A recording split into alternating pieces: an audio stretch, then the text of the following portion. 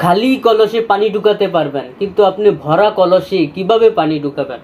আমরা যখনই সাধারণ মানুষকে ইসলামী শাসন ব্যবস্থার কথা বলি, তারা বুঝিয়ে বসে থাকে ইসলামী গণতান্ত্রিক যে রাজনৈতিক দলের শাসন ব্যবস্থা ওইগুলা।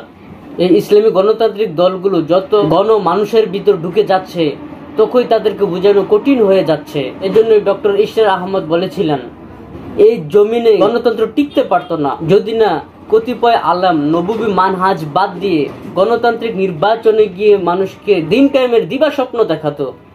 গণতান্ত্রিক রাজনৈতিক আলেমগুলা যেটাকে সাময়িক বলে পাশ কাটায়, সেটাকেই জনগণ সাধারণ মানুষ ইসলামী আদর্শ ভেবে বসে থাকে।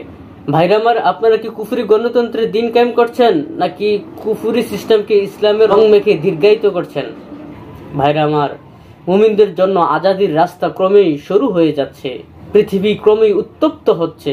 আমাদের এই শক্তিশালী ফিতনার মোকাবেলা করতে হবে শক্তিশালী ঈমান দিয়ে।